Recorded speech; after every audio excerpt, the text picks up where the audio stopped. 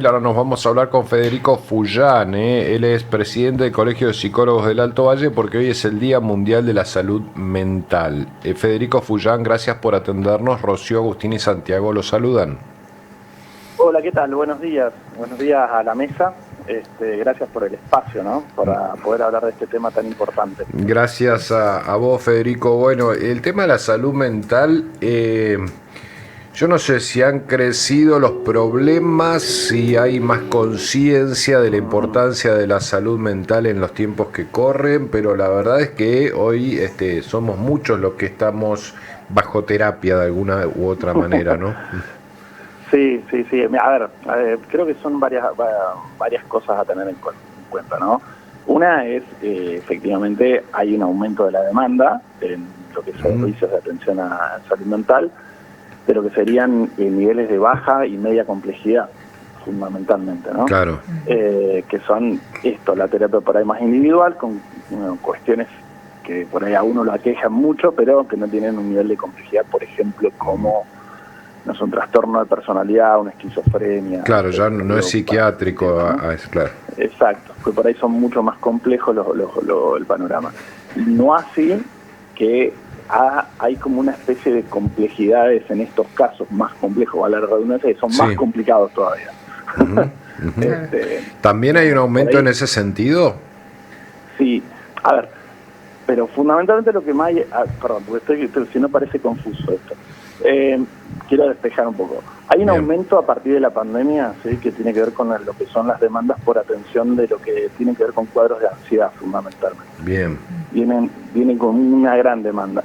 Los casos complejos, lo que ha habido es que, no hay como dispositivos suficientes para poder abordar esa demanda, hoy en día. En la zona, por lo menos, los dispositivos que hay para poder abordar los casos complejos, tales como, repito, adicciones o consumos problemáticos, trastornos límite de personalidad y demás, las instituciones o espacios que hay de atención están desbordadas muchas veces o por ahí no dan abasto para poder abordar esa demanda. Entonces, por ahí lo que en un día como hoy me parece importante remarcar algo que muchas veces pensamos la salud mental desde el peor lugar, como cuando el problema nos está quejando, y cuando hablamos de salud mental no es solo de los síntomas o diagnósticos, sino de cómo vivimos, de cómo son nuestras relaciones vinculares, del modo que trabajamos, de cómo lidiamos con el estrés cotidiano, de cómo lidiamos con el aislamiento muchas veces, que por ahí estamos hiperconectados pero no vinculados, etcétera, digamos. ¿No? Y después también, perdón, Federico, hay como una conciencia, me parece, más importante de la relación, digamos, mente-cuerpo, por decirlo de alguna manera. Exacto. No sé, vas a un traumatólogo que antes te metía, digamos, te hablaba solo de la cuestión física. Exacto. Y ahora vas y te dice, tenés que bajar un cambio. Vos decís que tiene que ver una hernia de disco con mi ritmo de vida. Bueno, hay como una conciencia, ¿no? Sí, por eso decía, la pandemia, lo interesante que ha puesto en entredicho un poco el modelo clásico de la medicina, lo que se llama el modelo médico hegemónico, y ha empezado a pensarse la salud de una manera más integral, entender que no somos puro cuerpo, puro mente, pura emoción, somos un poco de cada cosa. Bien. Y que tenemos que entender que por ahí, por ejemplo, problemas o cardiopatías, no lo tomen literal, pero estoy dando un ejemplo, ¿no? Un problema cardiopático está atravesado por diferentes variables y que no solamente es un problema de índole orgánico o biológico, sino que también por ahí es la persona en cómo se alimenta, cómo lleva su vida, el estrés cotidiano cómo lidia, los problemas con lo que los aqueja, etcétera, etcétera, y eso decanta en que va a tener un deterioro de su calidad de vida. Entonces, la salud mental en un día como hoy es importante repensarla en términos de mejorar nuestra calidad de vida, en todos los aspectos. No es solamente pensar, repito, cuando está la patología, porque a veces pensamos esto como el problema, ¿no? Es un tema que me parece que está en agenda hoy en día, y eso está bueno, que podamos estar saliendo en un medio y empezar a hablar de estas temáticas. Me parece sumamente valioso, algo que no era muy común hace unos años atrás, o que era algo más de nicho, si se quiere. Pero bueno, no quita que tenemos desafíos hoy en día. Federico, buen día. Agustín Amado soy, ¿qué tal? Agustín, ¿qué tal? Bien. A ver, en el ámbito público se dice que la salud mental es la hermanita pobre de la salud, ¿no? De la salud pública. Sí. Pero yo quisiera asociar esa idea también y llevarlo, digamos, al ámbito de lo privado, de lo particular, sí, no necesariamente de lo público, sí, porque me da la sensación de que uno a determinada edad o en determinadas edades hace controles periódicos de su salud física. Sí. Como padres llevamos a nuestros hijos al pediatra. Como jóvenes ya nos distanciamos un poco más y después en cierto momento de la adultez empezamos a hacer controles también de forma regular para prevenir cualquier cuestión que pueda tener que ver con, no sé, lo cardíaco, lo esquelético, ¿no? Lo que fuese. Pero son todas cuestiones físicas. Uno no se hace controles a ver cómo está la máquina, cómo está el cerebro. Eso también pone de manifiesto una cierta subestimación de la salud mental que trasciende la autoridad pública y que está en el colectivo social.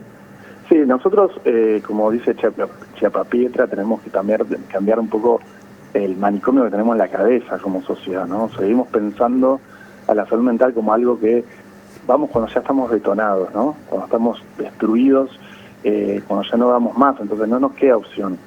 Y no lo pensamos como parte preventiva de que si nuestra mente no está sana, por decirlo así, todo lo demás se deteriora.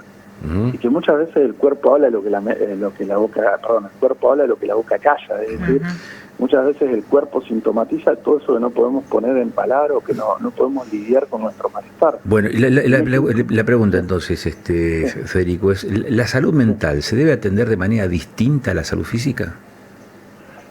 No debería ser así, no debería, pero lamentablemente hoy sí funciona como diferente. Debería ser pensado de forma integral, debería ser pensado el ejemplo que daba Santiago. Sí, Santiago, sí. Santiago, que era, si uno va a un médico a atenderse por cualquier cosa, que ese médico tenga la posibilidad de ver que esa persona lo está atravesando diferentes aspectos y poder hacer un control también psicológico y evaluar si esa persona necesita atención psicológica y hacer controles. A veces nos lleva puesto a lo cotidiano la vida y no nos damos cuenta. Y cuando generalmente vamos a consulta, repito, a veces ya es tarde o está uno tan arrasado que hay que armar las piezas destruidas, y es muy difícil eso. Sé que tenemos muy poco tiempo, por eso trato de no ahondar mucho en cada tema, porque Sí, Federico, ¿cómo va? Rocío Suárez habla. Sí, teniendo en cuenta el tiempo, consultarte un poco lo que ya venía en línea con lo que decía Agustín. ¿Hay recomendaciones para cuidar nuestra salud mental? Porque cuando cuidamos nuestra salud física sabemos que hay que tomar agua, también hacer ejercicio, digamos, tener una calidad de vida que más o menos ya entendemos todos y todas. Sin embargo, con la salud mental quizá es diverso el trato, porque cada quien obviamente tiene un mundo en la cabeza. ¿Cuáles serían las recomendaciones más o menos básicas que se pueden seguir para tener una salud mental favorable?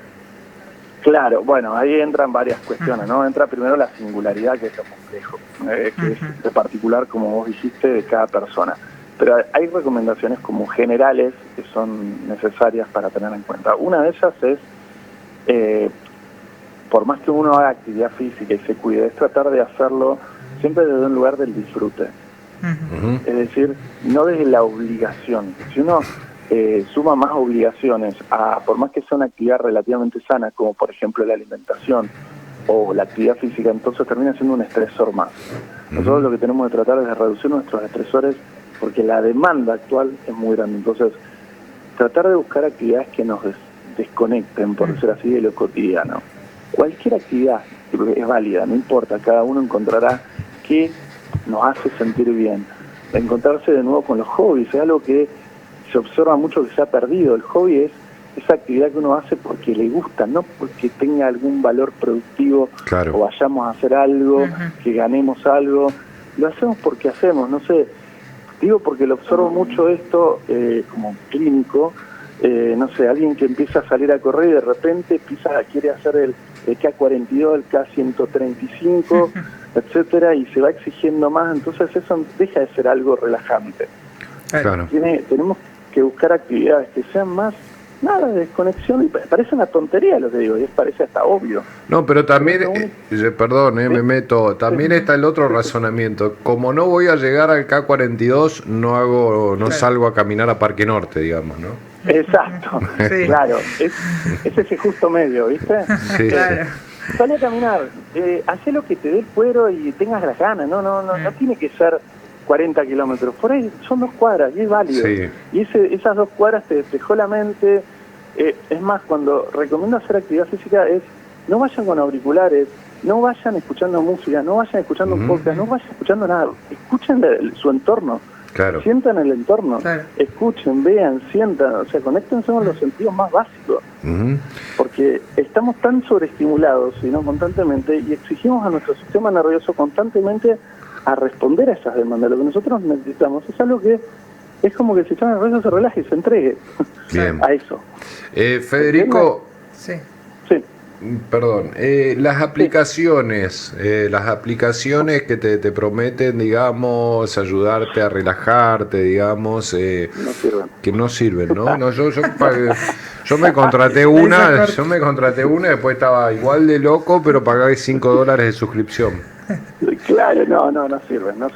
Miren, yo en algún momento les cuento, hice eso a lo personal, pero hice remo, kayak. Sí. Y lo que a mí, acá en el río, en el Limay, y algo que me encantaba de eso es que como tenés que estar tan concentrado haciendo eso, pues te da vuelta y bueno, te lleva al río hasta de dónde, ¿no? Claro. Tenés que estar tan concentrado en eso que no hay problema. Se desaparecen todos los problemas, no tenés preocupaciones, nada más que eso. Y el esfuerzo físico, ¿no? El esfuerzo físico que también te va a llevar. Pero estás ahí, no estás ni escuchando música, ni tonteando, nada, estás en eso. Bien, claro. bien. Entonces, esas son las actividades a las que me refiero que son desestresantes. Puede ser, no sé, hacer cerámica, pintar un cuadro, lo que importe, pero en ese momento que lo que estés haciendo estés presente. Y acá me sumo, Federico, tengo entendido que se le dice pausa activa, ¿no? A esto, porque la pausa pasiva se la asocia más a scrollear en el celular, estar en internet, pero la pausa activa es ser consciente de lo que uno está haciendo y de su entorno, ¿no? Eso sería. Exacto. Bien. Exacto. Es como que uno es como que resetea el cerebro. Les puedo asegurar que cuando uno hace ese tipo de actividades, es como que la mente se despeja completamente. Claro. Relaja, porque se relaja. Claro. Es como, salvando las distancias, uno va a jugar al fútbol y esa hora lo único que importa en el mundo es esa pelota, ¿no? Exacto. Sí. Pero bueno, ¿qué pasa? Tomemos el ejemplo de la zona. Sí. ¿Qué es lo que sucede? Van muchos, pues flashean esto. A ver. Pasa a todos, particularmente los hombres, que flasheamos que somos Messi. Sí. Entonces vamos y parece que la padecemos el partido de fútbol. Descargamos todas nuestras frustraciones. Ay, no, Armanda, jugar, divertite, si ganá. Y sacate un poco la descarga ahí y disfrutá ese momento. Claro, muchos van a sacarse de encima un montón de broncas y eso a veces termina en una circunstancia de tensión en el propio equipo, Exacto. Por eso decía, nosotros vivimos en una época de enormes demandas superyoicas, sería ese el término. Bien. Entonces, tenemos que aprender a poder hacer cosas más básicas. Por eso digo, cuando menciono esto, son cosas muy básicas, pero que las hemos perdido. Sí, no nos damos el lugar. Estamos sobreestimulados, ¿no? Estamos tomando mate y estamos, no sé, viendo el celular, escuchando música, salimos a correr con los auriculares puestos, ¿no? Entonces no registramos el entorno, tampoco estamos escuchando lo que estamos escuchando. Entonces, ¿dónde estamos? Claro. Federico Fullán, muchísimas gracias. Te mandamos un abrazo grande, la verdad muy completo, muy claro. Vamos a seguir molestándote seguramente. Te mandamos un abrazo grande. Gracias por el espacio. Me parece que es sumamente importante seguir hablando de estas temáticas porque por más que hemos avanzado, falta todavía camino por recorrer. Muchísimas gracias. Un abrazo grande. Federico Fullán, presidente del Colegio de Psicólogos del Alto Valle.